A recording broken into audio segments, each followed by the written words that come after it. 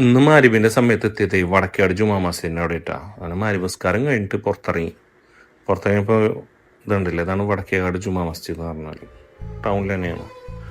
അപ്പോൾ പുറത്തിറങ്ങിയപ്പോൾ ഇതാ കണ്ടില്ലേ, തട്ടുകട, BBC തട്ടുകട. വിശപ്പ് കൂടി, അത്ഭുതമില്ല. കാരണം ഇങ്ങനത്തെ സംഭവങ്ങൾ, ആ സ്മെല്ലൊക്കെ വന്നു കഴിഞ്ഞാൽ വിശപ്പ് കൂടാറുണ്ട്.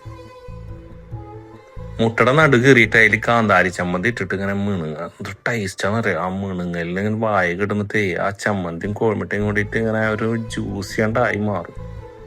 ഇതുണ്ടല്ലേ, അതിൻ്റെ ഒപ്പം ഒരു കാന്താരി ചമ്മന്തിൻ്റെ മേലെ തന്നെ നമ്മളെ വറ്റൽമുളക് ഉണ്ടല്ലേ, നമ്മളെ കാശ്മീരി, ആ ചമ്മന്തിയും കൂടിയിട്ട് മിക്സ് ചെയ്തിട്ട് കാടമുട്ട ഇന്ന. അങ്ങനെ താറാമുട്ടയിലും കോഴിമുട്ടയിലും അങ്ങനെ മാറി മാറി കഴിച്ച്. നിങ്ങൾ വരുമ്പോൾ പ്രത്യേകം ശ്രദ്ധിക്കേണ്ടെന്ന് അറിയാം, ഒരു മുട്ട തിന്നുമ്പോൾ ഇതുപോലെ ഫുള്ളായിട്ട് അകത്താക്കിയിട്ട് കഴിക്കുമ്പോഴാണ് അതിൻ്റെ ഒരു ടേസ്റ്റ് ഉണ്ട്. അപ്പോൾ ഒരുപാട് വിഭവങ്ങളുണ്ട് ഇവിടെ, ഉണ്ടല്ലേ, അതിൻ്റെ ലിസ്റ്റാണ് ഈ കാണുന്നത്. അതൊക്കെ സ്പെഷ്യൽ തന്നെയാണ് ഇവിടുത്തെ. അപ്പോൾ വടക്കേട് സെൻറ്ററിൽ വന്നാൽ ഇതുപോലെ തട്ടുകട എന്നൊക്കെ പറഞ്ഞിട്ട് കാണാം. ആരും മിസ് ചെയ്യണ്ട കേട്ടോ. അവിടെ ഉള്ളവരൊക്കെ ഒന്ന് ഷെയർ ചെയ്ത് കൊടുത്തോളി, നമ്മളവിടെ ഉള്ളവരൊക്കെ ഒന്ന് അറിയട്ടെ. അപ്പോൾ നന്ദി.